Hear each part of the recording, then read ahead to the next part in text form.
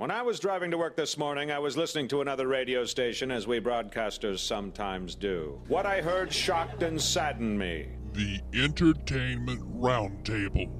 They're here, nerds. Wait, is this the group that goes around mutilating squirrels? You just mind your P's and Q's, Buster, and remember who you're dealing with. Well, at least we found them. Fortuitous, Captain. And now that we have them all together, you can't make an omelet without breaking some eggs. The Entertainment Roundtable. They make one person go, blah, blah, blah, blah, blah, and the other person go, what are you talking about? And then one person goes, blah, blah, blah, blah, blah. Hey, welcome in. Good grief. Whether it's by phone or here in person, it's a full house. We haven't had this full of a house in I don't know how long, and it all starts with the guy who's, well, he's very consistent behind the board. Hi, Jeff. How are you? Oh, you know, Steve, consistent. Absolutely. Happy Memorial Day weekend. Happy Memorial Day weekend to you as well, Steve, and all of our partners in crime. Yes, indeed. Like the guy who we missed last week, Ryan, who had to deal with, what was it? Was it finals at school, Ryan? Ryan's in school? Yeah. Hey, there we go. Now we can turn it on. Let's try that again, Ryan. You missed out on last week, but it was because of finals. Was it you that had finals, or were you helping out in delivering finals? Well, I was helping out in proctoring for finals in the testing center we have on campus, but I did see a big giant monster invade San Francisco Bay. I believe his name was Godzilla, isn't it? Hey, we're going to get to talk about that coming up here in a little bit. Jacob, unfortunately, for Memorial Day weekend, we're not able to get off work in time, but you are joining us by phone, and welcome in. I am. It's very unusual to have David on the phone, but I understand you got a family thing going on, so we fully understand, but you're going to stick around long enough to let us know about some people with extraordinary powers. That's right. I'm here to talk about some X-Men, buddy. There you go. And then there's the guy who I have no idea where this guy's been. It's been like, what, 3 months since you've been on with us, Josh? I'm back. That's all I'm going to say. I'm actually glad to be back in the studio, though. Well, and the reason you've been gone, let's face it, is because of the movie that sits at number 10 on a rundown, which is Mom's Night Out. We're still there. 7.2 overall. If we can just survive this weekend and be in the top 10, which I doubt we will be, that would be awesome. Well, and we talked about this a little bit last week. David and I brought it up and kind of hashed it back and forth, and Jeff kind of got into the subject. And this is one of your deals. We talk about Rotten Tomatoes and their ratings constantly. Rotten Tomatoes has a rating that's based upon what the critics think of it, the big paid critics, and then the people that go out and actually watch the movies just because they wanted to go see the film. And the difference between the rating, the last I saw, I think the critics had it at 14%, but yet the actual viewers, the people that went to go see it and then wrote their own review, right now. Last I had seen it was 88, so it's jumped to 91. Because more people have seen it, more people rate it. Yeah, Disney said he didn't make films for the critics, he made them for the audience. That being said, obviously the critics have a certain kind of film that they like. They don't like these kind of films, family comedies, goofy kind of movies. Mm-hmm. But I don't think it's really phased us that badly at our team. I mean, at first, some of them are pretty grueling, and I think we've actually all had a couple laughs reading them out loud in the office. But do me a favor. I mean, we've kind of touched on it, but do me a favor and kind of go a little bit more in depth. Some of the dumber reasons for bashing the film. Honestly, we bash the film all day long. We don't care about that. That's fine. Right. That's okay.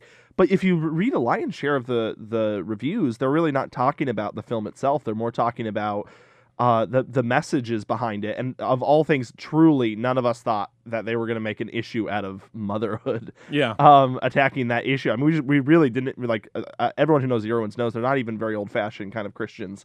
They're very kind of progressive kind of guys.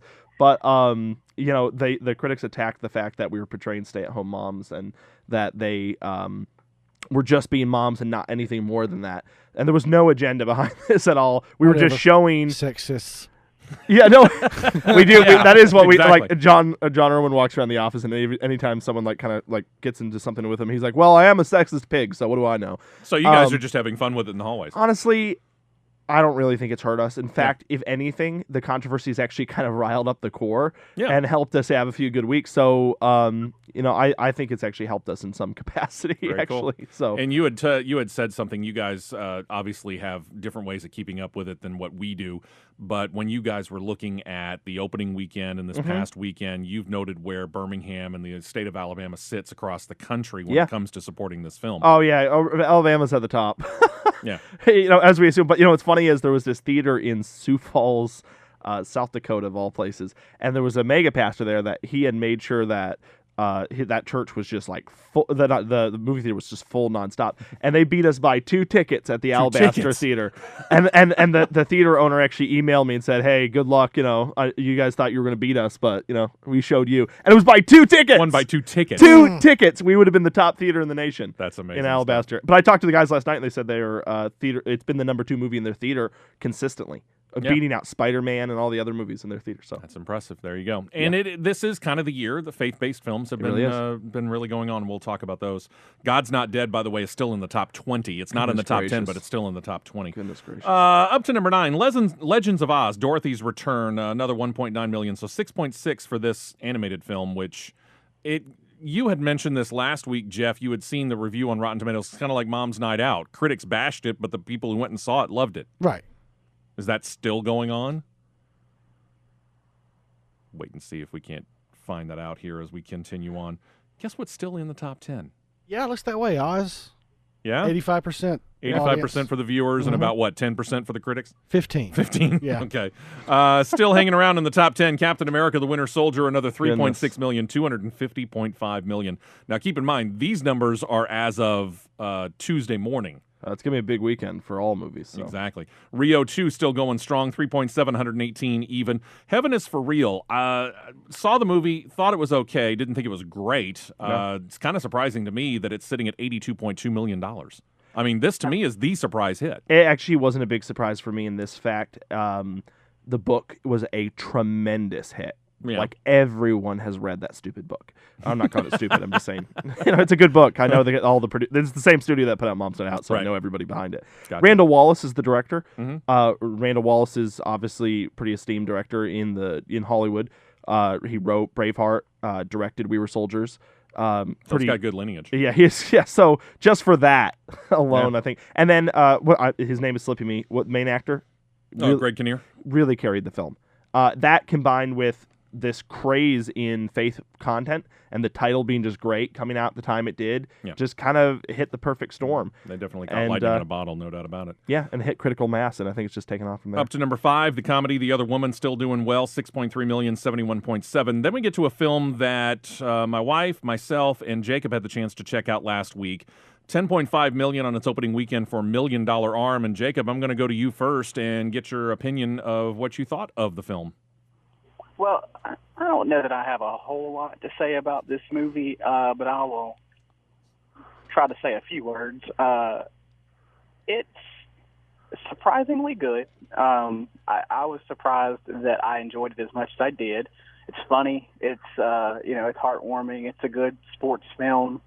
And I was surprised that I wasn't watching Don Draper, try to find, pitching talent in India. It was actually felt like John Hamm really played the character well, and very differently than what I'm used to seeing from him. So it was good. The only thing I would say really was, I won't say the negative, but I was kind of hoping for is that it didn't have the, that tug on the heartstrings kind of thing at the end. It didn't have as much emotion behind it at the end as I wanted, Okay. But still good. I'd say a 7 out of 10. I mean, it's a good movie.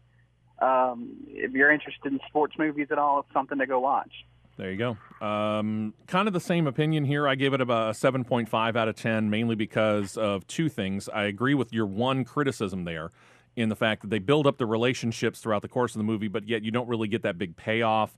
You just kind of get this little note on the screen at the end of the film as to what kind of happened long term with the people the kids that are brought over from India and John Hamm's character, things like that. So it really kind of glosses it over. So it's a very technical film dealing with how this sports agent got the idea and decided to go over to India and try and find pitching talent that might work at the Major League Baseball level. But that part of it was done very well, and while it is, again, kind of technical in the fact that it's dealing with nothing but how that happened, you kind of get to know the characters very well. And I will say this, as opposed to some sports movies where you're waiting for the cliche, that slow motion thing that's gonna, oh my gosh, here's the climax, and we know exactly how it's gonna end, but yet we're gonna do slow motion on it anyway. You never really got that. You had times where you had emotions, you had times where you needed that pep talk that you expect in sports, but it was all done very, very well and with kind of a little bit of a smile on your face. So I gave it a 7.5. I was actually very pleasantly surprised by $1 Million Arm. I didn't think it was going to be as good as it actually turned out to be. Yeah, I kind of expected it to be a cheesy sports movie. It just was, a throwaway, and then it's a little better than that. Yeah, I was actually much happier with this than I was over the film that I used in the Summer Movie League draft, which was Draft Day. Draft Day was actually a little bit weaker than what I feel that it should have been or could have been, considering the cast that you had and the subject material and especially the timing that you had. It was a very weak film. $1 Million Arm actually was very well done. How much is $1 Million Arm up to? It debuted for $10.5 million as of Tuesday. Is that good? So. I'm trying to figure out if that's good. I mean, for a film like this, considering what it's going up against, that's not. I would say it's not bad. Yeah, no. Yeah, so I'm impressed, quite frankly. Up to number 3, The Amazing Spider-Man 2, The Web Slinger pulling out another $16.8 million, so 172.2 there. Neighbors up to down, I should say, to number 2, 25 million, 90.6 overall. And last week, most of us had the chance to talk about the number 1 film of the week, Godzilla, $93.1 million in its debut weekend. And, of course, it's made more since then. The one guy, and have you seen this, Josh? I've seen everything you mentioned. Yes. All right. All right, real quick. Hang on for me, Ryan. We're going to get to you. Yeah, we're going to get to you real quick. Some of the ones that we've dealt with here, we know you're Captain America. Rio 2? I actually didn't go see it, even though I put it on my list. See that? Okay. Heaven is for Real. You kind of talked about The Other Woman? No. Haven't seen that. $1 Million Arm? No. No? Amazing Spider-Man 2? Yes. Yes. Go for it. I hated it, man. I just thought it was the stupidest film ever. I just like the original Spider-Mans, and I think this new version of them have taken a dive for the worse. All right. Ultimate rating 1 out of 10? Yeah, I'm just going to give it like a 3 out of 10. Yeah, I hated it. That's about right where I landed. Neighbors, you've seen? Neighbors, yeah. Crude, raunchy. It definitely had some really genuinely funny moments. Mm-hmm. So I'd probably give it like a 4 out of 10, but it's really funny. Okay.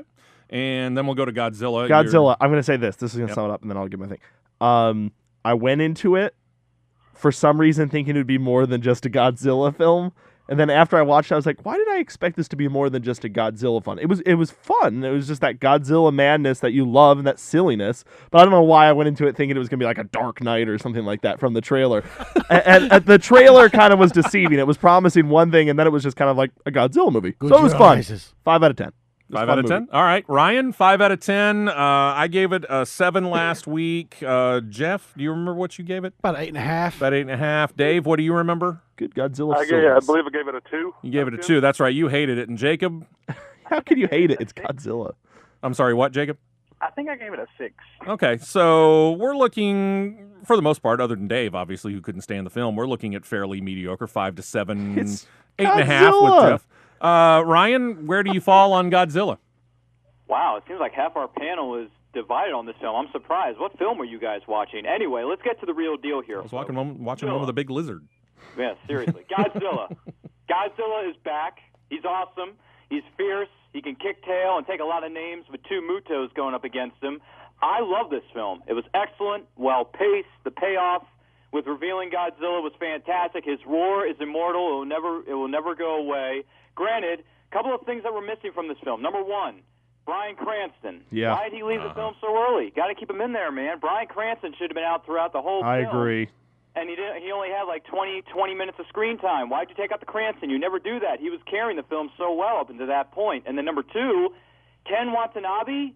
I liked his speeches, but for the most part, he was a deer in the headlights the whole gosh darn movie. He was. You do speak English, right? Lines there, buddy boy. I turned over to the guy next to me. I said, he's really just in like the Inception layer, limbo or whatever, and he's never come out. This is his Inception. Yeah, I guess in some way, shape, or form, kind of like that. But other than that, it was pretty darn good. Would I have liked to see more Godzilla, more blood and gore and guts flying all over the place with Godzilla? Absolutely. Godzilla was in the film for a good amount, but I thought he could have been in it a lot more. But even so, the build-up, the suspense, the way it was put together, I still enjoyed it. The positives far outweigh the negatives. I'm going to give Godzilla 8 roars out of a possible 10. But here's the other thing. Aaron Taylor Johnson, never been a fan of this guy, never have been. But you know what? He got some brownie points, man. He's got some skill here. I think he's going to do Quicksilver some justice. We'll see what happens when Avengers comes out next year. He did have some moments in the film, I will agree. And I don't know whether it was us, and I don't know whether this, because all of us, Jeff and Dave and Jacob and I, all went to go see it at the same time. Was it just me, or was the volume up so loud in the movie theater that when Godzilla first roared, I felt like I went deaf? It was awesome. That's what you want. I mean, don't get me wrong. I enjoyed the fact that it was loud, and it was supposed to be loud, but maybe the volume was just up a little bit higher than what I was thinking it was. No, it's perfect. It wasn't enough to wake me up, Steve. Steve went to the theater attendants and complained that Godzilla's roar was too loud. See, Dave had gone to see Amazing Spider-Man 2 and had his will sucked dry before Godzilla. Yeah, that may be very well true. All right, so there we sit with Godzilla, and that brings us to 2 films that are coming out this weekend, and I'm going to mention the one mainly because I'm curious as to whether anybody actually has a desire to see this. Adam Sandler, Drew Barrymore, Kevin Nealon, 2 people go on a blind date. It goes bad. They find themselves then somehow stuck in a family resort. Hijinks supposedly ensue in a film called Blended. This will be the 3rd film that Adam Sandler and Drew Barrymore have appeared in together that I know of. Is it 4 or just the 3? I stopped watching Adam Sandler movies a long time ago. Does anybody want to see this film? I haven't even seen a trailer for it. I think that says just about everything. You know what's ridiculous is his movies make money, though, still. They make do, a lot of money. Yeah. I mean, it'll probably make $50 to $75 million. They'll never get off the air. They'll just keep making those crappy movies. I don't know. It'll be on FX forever. Yeah, you're probably right about that. All right, well, that brings us to the big one, the one that will probably be number 1 at the end of the weekend. I'm sure of it. It did like $8 million, and it's Thursday. And that's just last night. Yeah. Sir Patrick Stewart, you got Ian McKellen, Hugh Jackman, James McAvoy. I could go on and on. I'm not. The litany of the other stars. The sequel to X-Men First Class, where the current time X-Men send Wolverine back in time to change history to prevent an event that could end all of life. It's X-Men Days of Future Past. David, I know that you've got a family situation coming up. We are about to go to a break. I'm going to let Dave go ahead and give his review first. That way he can go deal with his family situation. And when we all come back, we will talk about our opinions of it. Well, except for Ryan and Jeff. Jeff was wimping out and didn't go last night. All right. From the outset, Singer said he was looking to fix problems that were in previous installments that he had nothing to do with. I felt like he did that. He did it entertainingly. I give the movie an 8 out of 10. I was very pleased. If they actually follow through and make good X-Men movies from now on, hey, I'll be a happy camper. Was there anything in this film that looked to you like, okay, this is where they went wrong, or what was it that prompted you to give it only an 8?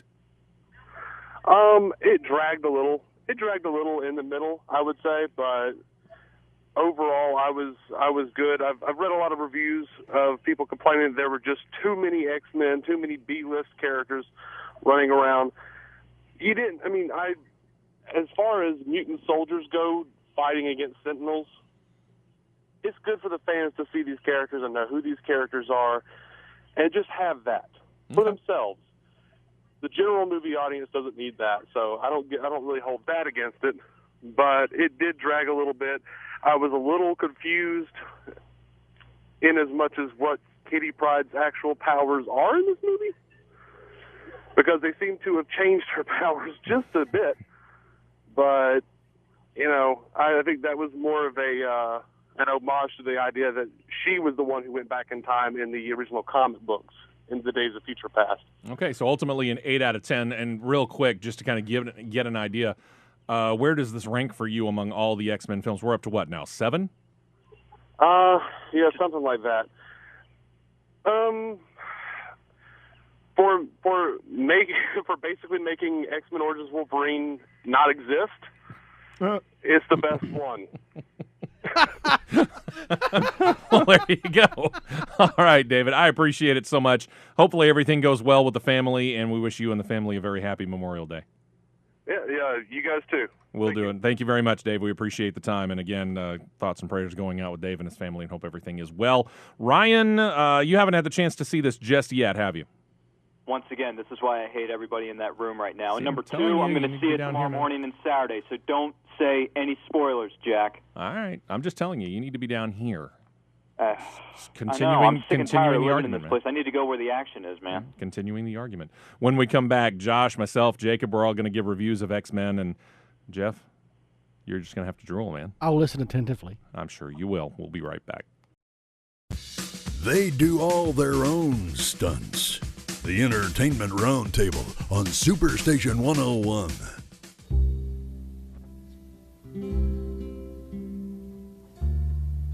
I've never played anything this slow leading This back Moon into River? the song, leading back into the show.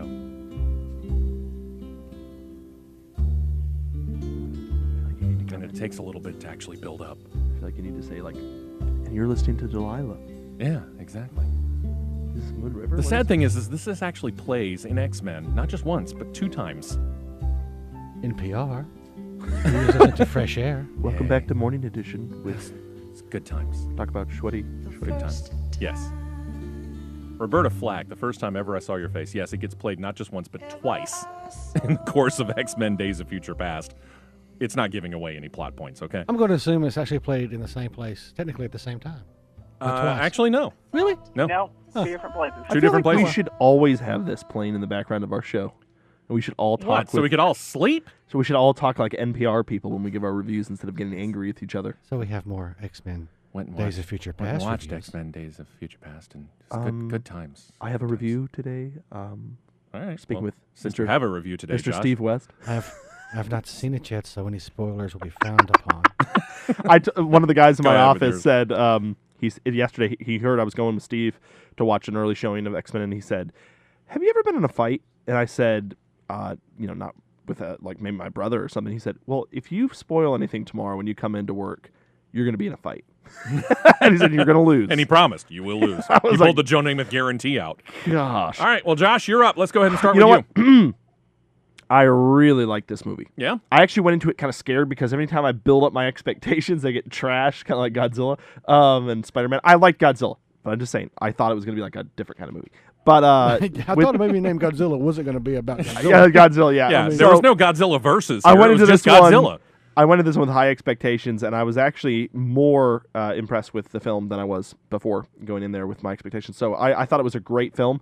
I loved the action. You know, it's kind of a standalone movie almost in a sense. We were talking about this last night, but you could not ever watch any of the X-Men movies and watch this, and I think you'd get it and really enjoy it. I like when they do that with sequels and stuff. So I liked it a lot. I give it an 8 out of 10. That's actually really high for me. So. Okay. Bam. Very good. My neighbor just checked in, said that he gives it 7 as a standalone film, a 5 as a comic book fan, because he's here it going in the goes. pantheon of the X-Men, because we mentioned it. There's one. Am I correct? Is it 7 films overall in the series? Yeah, even the because ones they have that the Wolverine. even the ones that you don't want to remember, like Wolverine, Wolverine, Origin, for example? Yeah, Wolverine Origins and stuff like that. Origins is the one you're thinking about, Ryan, obviously, because the Wolverine is a fantastic film. The Wolverine actually wasn't that bad. So what?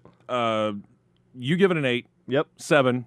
David liked it, so he gave it an 8. So we're looking pretty good right now. Jacob, where do you fall on this? Well, I kind of fall in the category of I almost have to rank it as 2 different movies, or at least rank it twice. The comic book fan in me hates this movie.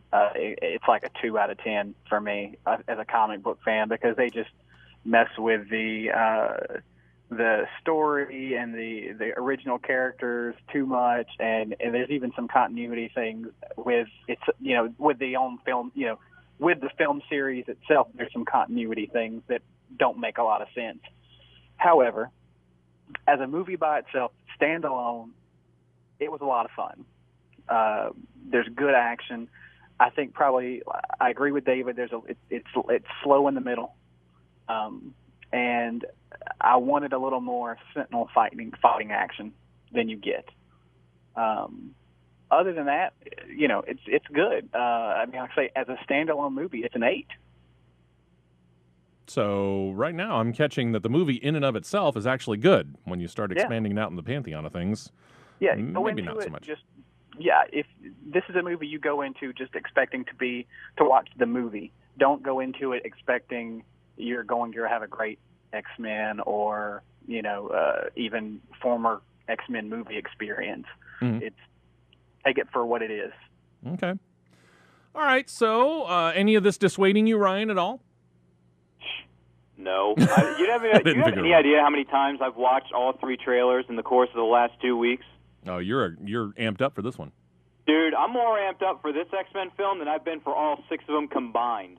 And you know what? That's pretty much where I fell. I watched the trailers. I started liking the idea of this one more and more and more. And then, Jeff, you actually brought up something that I don't really remember. I have never, now that I think about it, I have never watched X-Men The Last Stand all the way through. Oh, wow. I was never that impressed with the film enough to stick with it long enough to watch it all the way through, much less catch the, what Marvel always does, end of the credits scene. So knowing that, it does kind of explain a little bit, but I'm still kind of stymied in where this fits in the overall pantheon of the X-Men films, because this resets a whole lot of stuff. I think they did, and by the way, you will get an end of the credits extra scene here, which does set up the next film, which we've talked about. Don't be a moron. Yeah. Why do people leave? We were watching so many people leave, and here's the thing. They're always going to trick you, by the way, in the fact that at some point in time during the credits, they will, in all likelihood, bring up the house lights. Still, don't leave. You got to go all the way to the end of the credits, and then you'll get your extra scene. Now, that said, when I looked at this film, there's a part of me that wanted to say Bryan Singer did a reboot without telling us he did a reboot. Because he grabbed the people from the X-Men First Class, which I finally watched the other day, so I now understand where they're kind of going, and it's not a bad film. I find it hard to believe that it fits it within the Marvel pantheon, but then again, I'm thinking of Kevin Bacon's character. But when you look at that overall, it was not bad, and Kevin Bacon actually did a pretty good job. Oh, did he ever? But when you come to this film stepped it up for me from that one. This is a better film overall. Mm-hmm. The storyline actually has some teeth to it. They do a pretty good job with it for the most part. The special effects, I thought, were not as good as they could have been. It's like most of the money, I think, went to the casting, and then they figured out we need to do some special effects. So it was a little inconsistent for me on the special effects. But overall, standalone film, I'm good with it. It's 7.5, solid. It's a good, solid film. It's worth going to check out. I was happy that I actually had the chance to go see it. It just seemed a couple of inconsistencies. Again, the one that you explained for me, Jeff, that I'm happy you did. Okay, I can kind of go there. I would have preferred maybe a little more explanation about all that than probably what was given at the end of Last Stand. But, it's comic books. You got to suspend your belief system when it comes to that sometimes. No one ever stays dead. Yeah, no kidding. Except Gwen Stacy and Uncle Ben. Right. So overall, I'd say Bruce Wayne's parents. Bruce Wayne's parents, yeah. So overall, I'd say a 7.5 out of 10, and I think it was actually pretty good, and it's probably one of the better films. I really enjoyed the first film, despite all of its inconsistencies, but I would say this one ranks right up there with that one as probably the best one that's going. So, I agree. Am I thinking that this is going to be added to the collection? I don't know. I'm there. It's so close. We're going to see. Does this make X-Men Apocalypse that much bigger? Yeah. I think it leads me to more anticipation now. If they can keep Bryan Singer happy and controlling this, they might be onto something. Yeah, I was going to say out of jail. They might be onto something. If they start throwing around different directors again, I think you're going to find yourself in the same problem that you had when you went from X-Men to 2 and then to 3 when we got to The Last Stand. And by that point in time, like I said, I couldn't stay through the entire film. It kind of laid there. My biggest complaint about this film, X-Men Days of Future Past, is the fact that it is long. To me, I don't know right offhand exactly what I would cut out, but he put a lot of stuff into this film, and you're going to be spending a good period of time in the movie theater watching this film. So just be ready to invest the better part of 3 hours when it comes to being in the movie theater, grabbing your popcorn, your drinks, and whatever it is, going into the theater, and then watching the film, and then leaving. You're going to be there for a little while. Coming out also in limited release, if you can find it, a movie called Cold in July, stars Michael C. Hall from Dexter, also Sam Shepard, Don Johnson in there. I'm looking forward to this one, by the way. Yeah? It's based on a book by one of my favorite authors, Joe Lansdale. What's it about? Sort of a Southern crime type movie. Oh, okay. Yeah. I saw the from trailer. what I've heard, it's supposed to be. It's gotten really good reception a lot of festivals. I like the Dexter actor too. Gotcha. Awesome. Movie called Staying Clear of the Closing Doors. There's a movie called The Angriest Man in Brooklyn, which stars Robin Williams and Mila Kunis. That seems like an odd pairing. It's an odd looking movie. I watched the trailer for it. Yeah? Apparently, she tells him basically by an accident that he has like 90 minutes to live, and he's a really he's really angry, and he's like haggling her for how long he has to live because he had an aneurysm. And he ends up trying to resolve all his like broken relationships in 90 minutes. And then at the end she's kind of like, "Oh, sorry. You actually aren't going to, You have longer. You have more than 90 minutes." Thanks, appreciate that. And a film called Words and Pictures starring Clive Owen and Juliette Binoche. Is this where they're just playing Pictionary throughout the course of the film? I don't care if Clive Owen's in it. I'm for it. Okay. If you say so. You're that big Clive Owen's awesome. Oh, okay. I was thinking you were that big into Juliette Binoche. Not at all. I gotcha. Coming out in theaters next week, actually a couple of films that could be interesting. I'm not a humongous Angelina Jolie fan. She just never really caught me as being that great. But Maleficent, I'm finding somewhat more interesting the more I find out about the film. Yeah. And then the comedy A Million Days to Die in the West. I really feel like everyone needs to go out and watch Maleficent this week. It's going to be a great movie. Everyone should see it, and then go get on social media and tell all your friends to go watch it, and get as many people to go see this film. Are you on as possible. Disney's payroll? No, it's because that's no. his first movie that comes up in the draft for. Oh, now it'll do good money, man. It looks good. Save your money for How to Train Your Dragon 2. Did anybody pick dollars? Who picked A Million Ways to Die in the South? No one did, but I picked Godzilla, and I didn't have to go on social media to advertise for that one, making a chuckload of money. Wait, nobody picked that one? Can I exchange? David has A Million Ways to Die. That's what I thought. It's Seth MacFarlane, there it dude. He is. has the highest grossing R-rated, one of the highest grossing R-rated films of all time. He's got it. Not a whole lot when it comes to news, so we just have the chance to kind of talk about stuff as we go on through here. First up, Ryan, to you, and the official word from DC Comics, the official title of the movie. We've been calling it Batman versus Superman. How far off were we? You weren't really far off at all. They've officially revealed the title is going to be Batman versus Superman: Dawn of Justice. Wow, that's not a setup. No, I don't think it is at all. But at the same time, I think it would, for me anyway, me personally, I'm okay with the title at the end of the day, but if push came to shove, I would have called it Man of Steel: Dawn of Justice. Well, that almost eliminates the fact that you got Batman in there, though. Yeah, but he's still in there because it's called Dawn of Justice, which is referring to the Justice League, obviously. Oh, yeah. I mean, they got the perfect setup, and they've thrown... So you got Batman, you got Wonder Woman. What are some of the other characters that we're seeing that they're starting to bring in? Cyborg, yeah. Did you guys see the image they released? Yeah. Have you seen all the things the internet's doing with it? No, I haven't. There was Batman?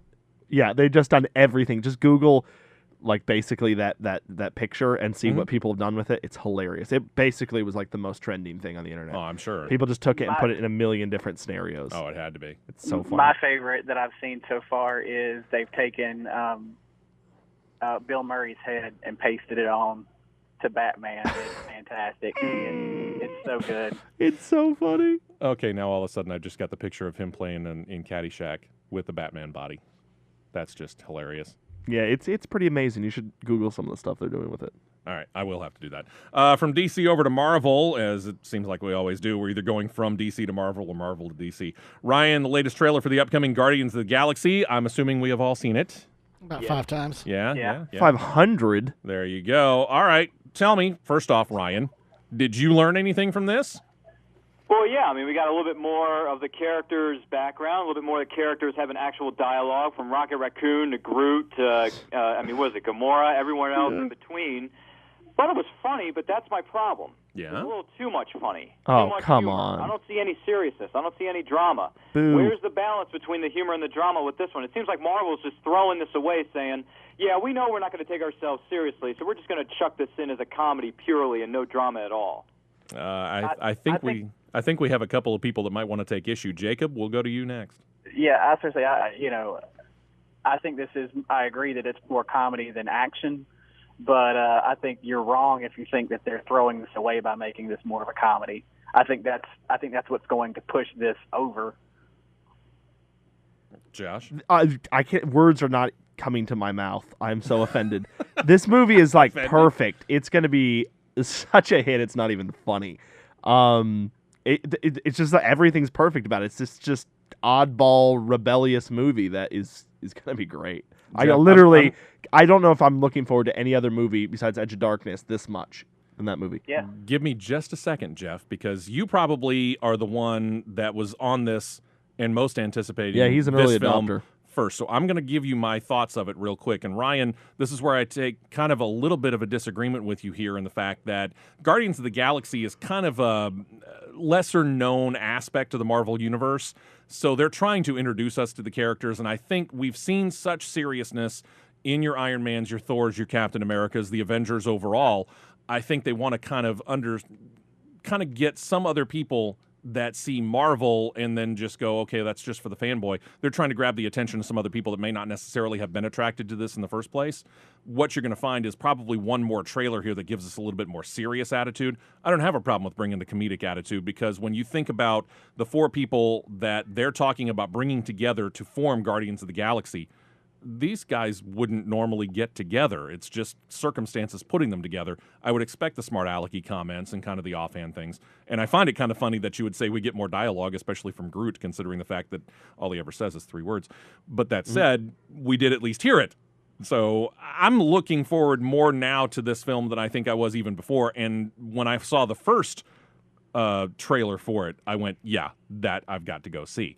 So that said, the man who probably, again, among all of us here, including the man who had to leave us a little while ago, Dave, you were probably, Jeff, looking forward to this film the most of all of us. It's quite possible. Just because of Rocket Raccoon. It looks like they nailed it. So cool. I mean, honestly, I think they're striking the right tone for a film that has an anthropomorphic talking raccoon who loves big guns and his buddy, a talking tree who only says one phrase. I think they're selling it right. Let's be honest. The first big hit for Marvel was Iron Man, which was full of Tony Stark's special brand of humor and snark. And I think that, like I said, this is the first really full trailer with a lot of more dialogue and all the characters sort of becoming more part of it. So I think they like you said, Steve, I'm pretty sure they'll probably have another shot to show a little bit more of the whiz bang, because obviously, like everything else, they're still working on effects. Yeah. And the one thing that I think I would probably say that I could give negative marks to the trailer for is the fact that they really have not done a whole lot with Zoe Saldana's character. Yeah, we really still don't know a whole lot about what she's doing. I don't think she really ever says that much.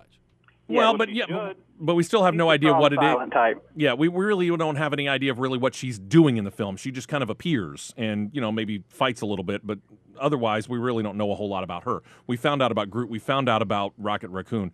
We just haven't found out about her character. Maybe that's coming in the next trailer. I don't know. I was just say I could tell you more, but it would spoil things in the movie, so I'm not going to. So, and therefore, you shouldn't. Yeah, I will say. I mean, if you go back to the source material for this, it is.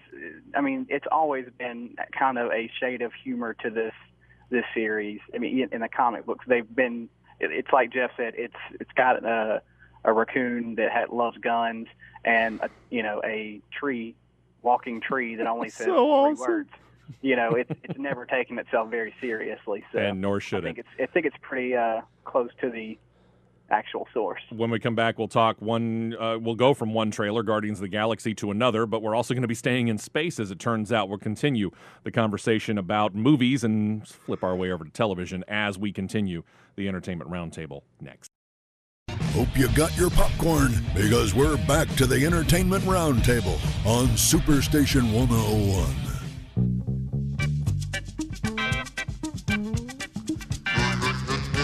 Okay, first off, no, we're not talking about Sanford & Son, other than the fact that I couldn't resist. This actually does, and no, I'm not giving away a plot point, Ryan. This actually does show up in the movie X-Men Days of Future Past. And when I heard it, I'm like, yeah, got to go with that. So we're not going to talk about the Sanford & Son reboot? What would you like to talk about? Well, I mean, the fact that it's non-existent? The fact that it's non-existent? I need to check my sources. You really should, Jacob. From one trailer to another, the first real trailer for the November film Interstellar, Ryan. The first one, I'm like, okay, what's the film about? I don't know. Hey, at least we found out what the film is about. Ryan, tell us about it. Yeah, I mean, Interstellar, I saw the trailer. You got Matthew McConaughey among many, many other big names. I do believe Jessica Chastain is thrown into the mix for good measure. It's about a a group of people who are trying to save the Earth by going up into to space because Earth is on the verge of dying out, and they don't want mankind to die there, so they try to figure out a way to save it. And we're going to hit theaters everywhere November the 7th in IMAX, and I, for one, cannot wait to see it. Because I like the cast, I like the story, and plus the visuals look good too. But hey, it's Chris Nolan; you can't expect anything less. The visuals look good. Don't get me wrong, but this thing I think is going to walk a very fine line between the idea that we have used up all of Earth's resources and just being an overtly environmental film. If the trailer was 2 minutes of blackness, and then at the end it said, directed by Christopher Nolan, I would pre-buy my tickets in advance. Right. It's Christopher Nolan. Has he ever let us down? Ever? No, he hasn't. So I am going to be there, regardless if the trailer looked stupid. And let's be honest, the trope that we are running out of resources, we've used the Earth up, is an old one. Yeah. It's Chris, but yeah, I imagine whatever the Come take, on, man. whatever the take Christopher Nolan's going to make on it is going to be incredibly original. It's actually not a very revealing trailer. That's what Christopher Nolan does a lot. It's not very revealing, though. I can't really figure out what necessarily is going on. I mean, there was like one shot with Anne Hathaway in it. Yeah. And I was like, what? Is that Anne Hathaway? I can't reveal my sources, but I have been told that everything that was shown in the trailer that takes place on Earth is within the first 20 or so minutes of the film. So that And was everything about else is- three-quarters of the trailers. Yeah. Okay, so I'm intrigued by it, though. I'm very intrigued. You were in when you saw the first one. Yes. Jeff, you're in now. Oh, I was in. I was in when they said Christopher Nolan was making a film called Interstellar. Yeah, I was in when they just said his next film. Yeah, Okay. I was just like, Ryan, you're in. You had me at Good to Christopher go? Nolan. You had me at Nolan plus Interstellar equals ratings. All right. And look at all the actors that are in there. Ah, Jacob, in, out, what? Of course I'm in. There you go. Don't I think have to that's. ask. I think that's where we. I think Christopher probably Nolan's leave like that. a director that he could like actually not release trailers to the film, and people would show up, and it would be a huge box office success. Staying in space and going over to Jacob, you've heard about plans for Star Wars beyond next year's planned J.J. Abrams directed Episode 7. What are you finding out here, Jacob? Well, it looks like Disney has now tapped Godzilla's Gareth Edwards, the director for that film, to direct the next standalone film that's planned on coming out 2016. Now, this is what they're calling a spin-off, so this isn't Episode 8. This is dealing with a character in particular. Is that what we're led to believe? No, we don't know, but I mean, considering that it's Godzilla's director, I'm hoping for a standalone Rancor or Sarlacc Pit movie. Yeah, I was that would hoping be interesting. For Rancors, where like a couple of Ewoks have to get across a quarantine zone where several Rancors have been released, and they find out that sometimes the worst problem in Ewok faces isn't grooming. Gareth Edwards, good choice, bad choice, Jacob? I mean, I don't know. It really depends on what they end up, like what character they end up picking. So you're not so worried about the director as you are about the source material? Well, yeah, because I mean, like if you look at Godzilla, you have great visuals, but not so great on your characters, which may have been writing. It may not have been so much directing, but I mean, the acting wasn't great in Godzilla, so that's what kind of scares me a little bit with that one. But I mean, like I said, visually it's stunning. So okay. You okay with that, Jeff? I'm good because the guy who's writing it wrote Book of Eli. He also unfortunately wrote, I think, an early draft of After Earth, but obviously it was Will Smith and Shyamalan up. And then he wrote some chapters for the Walking Dead video game, which is fantastic. So I think it's going to be a good combination. All right. Any thoughts on this? No. No? None at all? Ryan, you are, on the other hand, chomping at the bit. What do you think? As far as Gareth Edwards doing it, I'm fine with it. I mean, he did a pretty darn good job with Godzilla, despite its negatives it had in the film. The positives outweigh the negatives with Gareth Edwards, so I'm willing to give him the benefit of the doubt. And number two, whatever the character, whatever the storyline, that's going to tell us a lot more. But for right now, just with Gareth Edwards' name attached to the project, I'm fine with it. He dominated the monster genre. Let's see what he can do in outer space. I know a lot of people have said that they are thinking one of the first Solo films might deal with Han Solo, but I'm actually pushing for Boba Fett. I'd love to see a Boba Fett Solo film. I'm hoping for neither.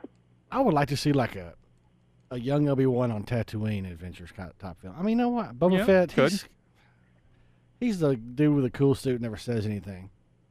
So, well, he said some stuff in the prequel. Well, he was young in the prequels, but you kind of got a little bit. I would like to see. Dad. I'd like to see how he got from where we saw him in the prequels to the point where we saw him in Empire Strikes Back. That's kind of where I would like to go. I think there could be some storylines in there, and I think eventually we would probably get that. I just don't know whether it's going to be the first one out of the gate. I want to see Lando Calrissian, Galactic Player. That would be fun. Of course, figuring out whether we actually get Billy D. Williams in this is going to be interesting, too. And then one more, Jacob, here, and before we make the switch over to TV, how's one going to follow up a highly touted film like Gravity? Well, we found out in the case of Alfonso Cuarón, Jacob, what's he thinking about doing? Well, in our weekly segment of something I heard from a guy who knows a thing or two, there's a rumor that Alfonso Cuarón has been offered the prequel to The Shining, which will be called, supposedly, The Overlook Hotel. Has this been based upon a book? No. No. So somebody's come up with an idea to rip off Stephen King and do a prequel to The Shining. And Alfonso Cuarón is considering or is being linked to it in some way? Yeah, I mean, like I say, we don't know. This isn't for sure. This isn't 100%, but I mean, it is rumored that he is in pretty deep talks with him about this. You know what this is? You want to know what this is, y'all? Please. What this is you've got these studio executives that are like, look, man, we got to find something that people recognize, a name about The Shining. Okay, Stephen King, The Overlook. You know what? In that movie, The Shining, there was all this stuff that happened there that was mysterious and just added depth to the place. Why don't we go and explain all that, take away the mystery? Let's do that. Sounds great. Yeah. Nah. Because money. I don't really want to. I know. I have no urge to see this. I don't either. And you also have to think, too, he's also supposedly in deep talks to direct another Warner Brothers film, Fantastic Beasts and Where to Find Them, which is the Harry Potter spinoff. So I'd rather him do that. Right. And if he can do both, that's the question. Will he have the ability and time to do both films? I think we just need to forget about the idea of doing the Overlook Hotel and leave it at that. I kind of wish he would just go ahead and do one of his own again, because those are I liked his Harry Potter film, but let's be honest, Children of Men is fantastic, and so is Gravity. Do your own stuff, baby. There you go. Do it. Out on Blu-ray, if you are so choosing. It's kind of a weak, if you will. The remake of Endless Love comes out. There's a film called Gambit, and no, this is not an X-Men film. This is actually some love story. The Life Aquatic with Steve Zissou and Red River come out on DVD, and if you are a TV series collector, you got Season 4 of Covert Affairs, Season 3 of Suits, and Series 2. They don't call them seasons over there. They call them series. Right. Series 2 of the British TV show Miss Fisher's Murder Mysteries. The important thing to remember about the Life Aquatic, that's a Criterion edition. So is Red River. Okay, cool. Because that one's been out for a while. That's with Bill It's Murray. like a reissue, effectively. Right. They'll probably have it, like 10 hours of special features. So Gotcha. Criterion rocks. Well, over the past couple of weeks or so, we have heard all the fall schedules from all the networks, save one, CBS. They finally released the full details showing what they're changing, and it's not really a whole lot. What they're really changing when it comes to the fall schedule is where they're going with the third edition of NCIS. In this case, it's entitled NCIS New Orleans. They are going to get the coveted post-NCIS slot on Tuesdays. They're going to take NCIS LA and move it out and put it on Mondays, 10 p.m., 9 Central, Monday evenings. That means that they will have to take on, initially, Monday Night Football, and then The Blacklist on NBC, and over on ABC, their hit, which is Castle. So they're throwing this thing against the Wolves, if you ask me, Ryan. Yeah, in some ways I agree with you, because The Blacklist is a mega hit over the course of this year, and it's only going to get bigger as it returns in the fall. Yeah, and like I said, Castle, regardless of what you think about it, it is getting good ratings. It has consistently been 1 or 2 in its time slot on that particular time. So this thing is going up against some pretty heavy hitters. Yeah, it seems like Monday night during the fall/winter would be a bloodbath for any new show you want to toss in there. Yeah, exactly. Yep. But they're putting NCIS LA in there, and I don't know whether they think about that. CSI, correct me if I'm wrong, it was Thursday nights this year, correct? No, it was Wednesdays. Wednesdays, okay. Well, they're moving it. The veteran show is going to the anchor slot on Sunday nights now, and will give way later in the season to its third spinoff, something called CSI Cyber. Otherwise, not really a whole lot changes for the network as it comes up. Recently, we talked about the 2014-2015 ABC season, and Jacob, We know that they're moving Agents of S.H.I.E.L.D. back an hour. Instead of kicking off the night, it'll be at 9 p.m. Eastern, 8 p.m. Central on Tuesdays. They are going to take a winter break, so to speak, but they're going to kind of stick with the Marvel side of things. We found out that they're going to do an Agent Carter miniseries. You've heard some more details, like how many episodes that we're going to get before they go back to current times in Agents of S.H.I.E.L.D. again. Yeah, Haley Atwell, who plays the title character, talked in an interview recently that they're going to be doing 8 episodes of this show. So that'll get us through December, probably late November through December and into January. Yeah, which I mean, I'm excited for this little, whatever mini series, whatever we want to call it. Yeah. It makes me nervous when you have a show that it struggled a little bit in season 1, despite finishing strong, and then anytime you take especially an American film or American TV show, and you put such a long, break between the season. Yeah. You could slow the momentum. The season doesn't always do very well. I think with Agent Carter, that'll help. Quick rundown of the standings here. Still holding the lead, I am, but then again, I've got 3 of my films out. $353.5 million for me. In second place is Josh, $216.5. Your third film comes out this weekend. You may end up passing me very soon. In third place is David, $176.0, and that's all the Amazing Spider-Man. And Ryan, you're in third. You've got 2 films out. Transcendence doing nothing for you, but Godzilla, $112 million. Jacob, you'll be on the board next week. Yep. And unfortunately, we're out of time. Have a happy Memorial Day weekend, everybody.